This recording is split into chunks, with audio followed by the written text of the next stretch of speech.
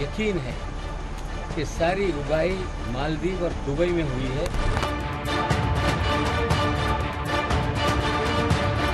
ये जो शब्द है खंडनी, एक्सटॉर्शन, ये बहुत ही घटिया शब्द है।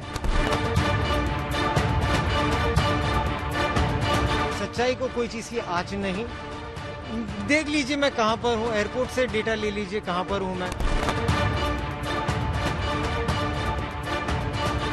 ये बहुत ही घिनौनी शब्द इस्तेमाल किए गए थे। मुझे नहीं लगता है कि कोई छोटे बच्चों के साथ में जाके एक्सटॉर्शन जैसी घटिया चीज या घटिया क्राइम कोई भी करेगा। एवरीथिंग लीगल, मैंने कुछ गलत नहीं किया। धन्यवाद। देश में न जाने कितने IRS अफसर हैं, मगर चर्चा में सिर्फ 42 साल का ये अफसर है। नाम है समीर वानखेड़े।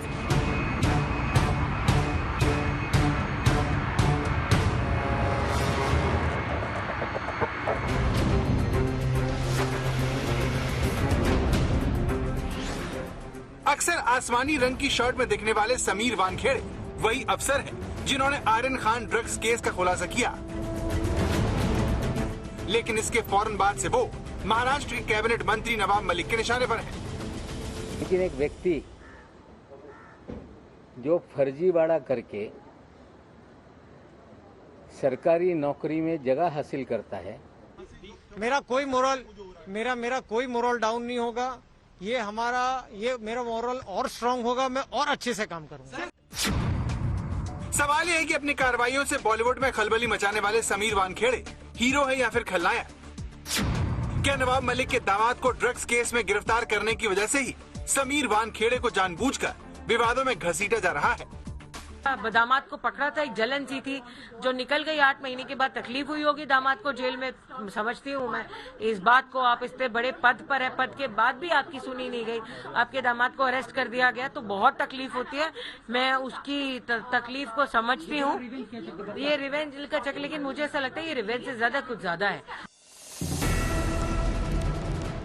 लेकिन क्या कहानी सिर्फ इतनी है? क्योंकि क्रूज ड्रग्स केस में शाहरुख खान के बेटे को गिरफ्तार करने वाले वानखेड़े अब खुद सवालों के घेरे में है। इस केस में एक गवाह ने उन पर 8 करोड़ रुपए उगाही करने का आरोप लगाया है। तो सवाल यह है कि जो समीर वानखेड़े NCB के तेज तर्रार अफसर के तौर पर जाने जाते हों, उनका सच क्या है? उगाही के उन पर लगने वाले आरोपों में कितना दम है? समीर वानखेड़े से जुड़े इन तमाम विवादों को समझने के लिए आपको पहले इस अफसर के बारे में जानना होगा। ये समझना होगा कि समीर वानखेड़े आखिर है कौन, जिनके समर्थन में उनका पूरा परिवार चट्टान की तरह खड़ा हो गया है। रोज ट्वीट करना बंद कर दो। अब 4G पेपर्स रखना डालना बंद कर दीजिए। लोगों की कास्ट पूछना बंद कर दीजिए। एक 75 इयर्स ओल्ड के सर्विसमैन को जो एक सिक्योरिटी के थ्रू, सिस्टम के थ्रू गया है, उसको पूछना बंद कर दीजिए कि आपकी कास्ट क्या है। उनके पूरे गांव का आप सर्टिफिकेट देख लीजिए, पूरे उनके वानखेड़े परिवार का आप सर्टिफिकेट देख लीजिए, और जो डैडी ने भी दिखाए थे कल और प्रूफ भी किया है कि उनकी कास्ट ओरिजिनल है। और एक इंसान सर्टिफिकेट बना सकता है ना, पूरा गांव थोड़ी ना बना लेगा सर्टिफिकेट। उसका बदनाम करने का 2-3 रीजन हो सकते हैं। नंबर 1, उसके जवाई को अरेस्ट किया। नंबर 2, हो सकता है उसके ड्रग माफिया से संबंध हो सकता है उसका कोई भी ऐसा उसने सुपारी लिया हो कि वो बॉलीवुड से, हॉलीवुड से, किधर से, कि भाई तुम्हारी इसमें खड़ा रहता हूं तो मेरे को कुछ भी हो सकता है। वो आदमी कोई भी लेवल तक गिर सकता है।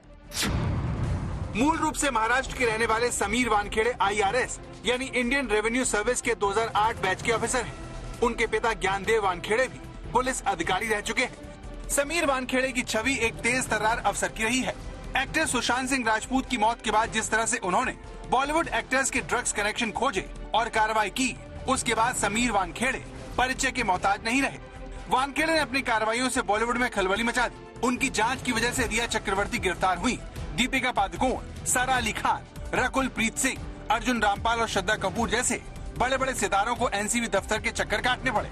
महाराष्ट्र सरकार में मंत्री नवाब मलिक के दामाद समीर खान को भी वानखेड़े ने ड्रग्स से जुड़े एक केस में गिरफ्तार किया, जिसके बाद नवाब मलिक वानखेड़े पर प्रचार और शोहरत के लिए जानबूझकर बड़ी हस्तियों को टारगेट करने का आरोप लगाते रहे हैं। सुशांत सिंह की आत्महत्या के बाद एक विशेष अधिकारी को इस डिपार्टमेंट में लाया गया।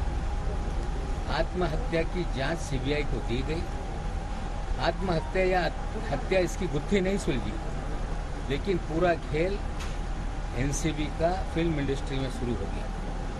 रिया चक्रवर्ती को फंसाया गया फर्जी तरीके से, दर्जनों भर फिल्म अभिनेता अभिनेत्रियों की परेड कराई गई, कुछ लोगों को मुकदमे में फंसाने का प्रयास किया गया। आप ये नेशन को एक गलत मैसेज दे रहे हो कि आगे से आके कोई एक भी आदमी कोई ऑनेस्ट काम ना करे।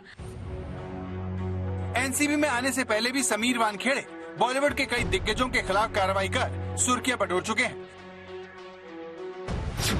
साल 2010 में समीर वानखेड़े का transfer Maharashtra service tax department में हुआ। सिर्फ 2 सालों में ही वानखेड़े ने 2500 लोगों पर टैक्स चोरी के मामले में कार्रवाई की और 87 करोड़ रुपए सरकारी खजाने में जमा किए। 14 जुलाई 2011 को मुंबई एयरपोर्ट पर कस्टम अधिकारी के रूप में समीर वानखेड़े ने बॉलीवुड सुपरस्टार शाहरुख खान को रोक लिया। शाहरुख खान यूरोप से छुट्टियां मनाकर लौटे थे और उनके साथ बड़ी तादाद में बैग्स थे। पूछताछ के बाद समीर वानखेड़े ने ज्यादा बैगेज के लिए 1.5 लाख रुपए का जुर्माना ठोका। इसी तरह साल 2011 में समीर वानखेड़े ने सोने से बने क्रिकेट वर्ल्ड कप की ट्रॉफी को कस्टम ड्यूटी वसूलने के बाद ही एयरपोर्ट से जाने दिया।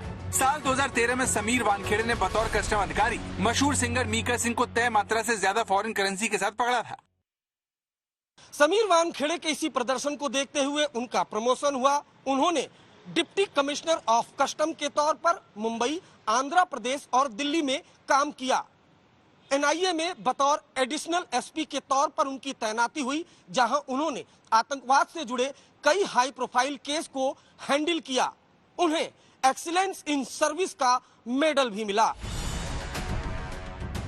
तो समीर वानखेड़े जहां भी रहे, उनके विभाग से उन्हें खूब सराहना मिली। इसके बाद वो अपने गृह राज्य लौट आए। डायरेक्टरेट ऑफ रेवेन्यू इंटेलिजेंस में ज्वाइंट डायरेक्टर की जिम्मेदारी मिली। ये साल था 2017। समीर वानखेड़े के नेतृत्व में सबसे बड़े सोने की तस्करी के एक हाई प्रोफाइल मामले का पर्दाफाश किया गया। लेकिन समीर वानखेड़े के करियर में सबसे बड़ा मोड़ 2020 में आया, जब उनकी एंट्री एनसीबी में हुई और अगस्त 2020 में उन्हें सुशांत सिंह राजपूत ड्रग केस सौंपा गया। इस केस में उन्होंने करीब 33 लोगों से पूछताछ की, उन्हें अरेस्ट किया, मुंबई से लेकर गोवा तक रेड कर डाली और बॉलीवुड में खलबली मचा दी। इसी के बाद वानखेड़े पर प्रचार के लिए बॉलीवुड को निशाना बनाने के आरोप लगने लगे, क्योंकि एनसीबी ने क्रूज पर 13 ग्राम कोकीन, 5 ग्राम एमडीएमए, 21 ग्राम चरस और एमडीएमए की 22 गोलियां मिलने का दावा किया। लेकिन आर्यन खान के पास से कोई ड्रग बरामद नहीं हुआ, जिसके बाद आरोप लगा कि वो बॉलीवुड को जानबूझकर टारगेट कर रहे हैं। तो सवाल वही है, आखिर समीर वानखेड़े का सच क्या है?